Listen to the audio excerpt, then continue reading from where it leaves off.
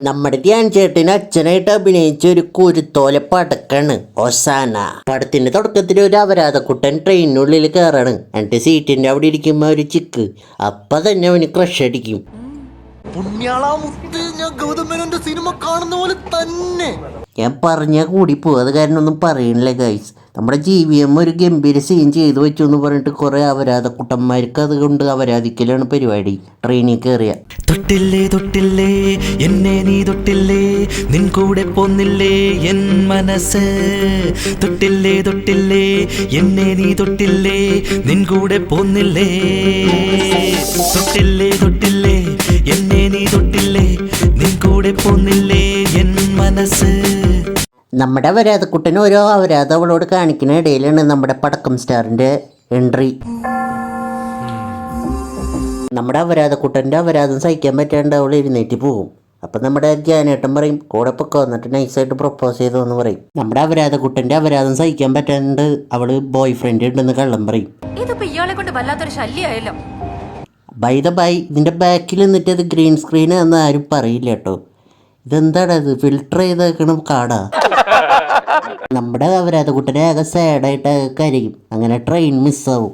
പ്ലാറ്റ്ഫോമിൽ ഇറങ്ങി നിന്നപ്പോൾ അപ്പം തന്നെ നമ്മുടെ നായകനോട് ക്രഷ് ആവും. അത് കഴിഞ്ഞിട്ട് നായകൻ്റെ ബാഗ് നോക്കുമ്പോൾ അവിടെ ഡയറി ഉണ്ട്. അപ്പം ആ ഡയറി വായിക്കും. എനിക്ക് തോന്നുന്നു ഈ പടത്തിൻ്റെ ഡയറക്ടറും റൈറ്ററും കടുത്ത സൂര്യഫാനാണ്. ഗജനിയിലെ സീനൊക്കെ അങ്ങനെ തന്നെ പഠിച്ചു വെച്ചിട്ടുണ്ട്. നമ്മുടെ അപരാധക്കുട്ടനും അപരാധക്കുട്ടൻ്റെ കൂട്ടുകാരനും കൂടി ഒരു അപരാധീനെ സെറ്റാക്കാനായിട്ട് പോവാണ്. പക്ഷെ അവൾക്ക് നമ്മുടെ അപരാധക്കുട്ടനെ ഇഷ്ടാവില്ല, അപരാധക്കുട്ടൻ്റെ കൂട്ടുകാരനെ ഇഷ്ടാവുള്ളൂ. പൊട്ടനായിരുന്നു ഞാൻ, പാട്ടുപാടാനറിയാതെ ആട്ടമാടാനറിയാതെ.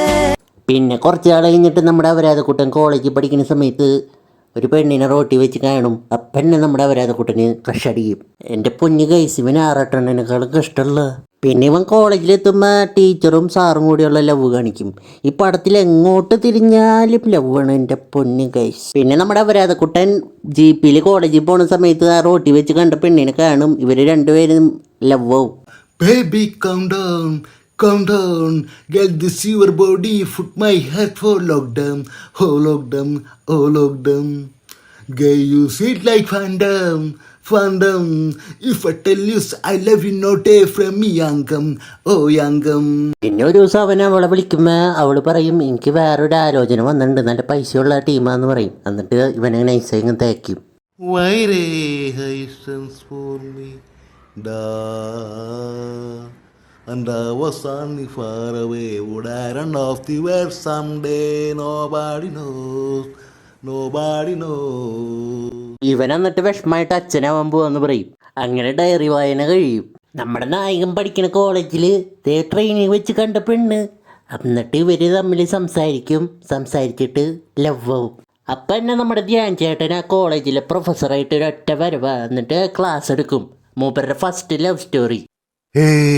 മിന്നും പാനിച്ചാറിൽ ഉന്നെഞ്ചിൽ ചെയ്താലേ, കണ്ണിൽ ഉന്നെ വെത്ത് പെൺ തേത്തു കൊണ്ടാലേ, വെണ്ണീലാത്തൂവീതൻ കാതൽ സന്നാലേ.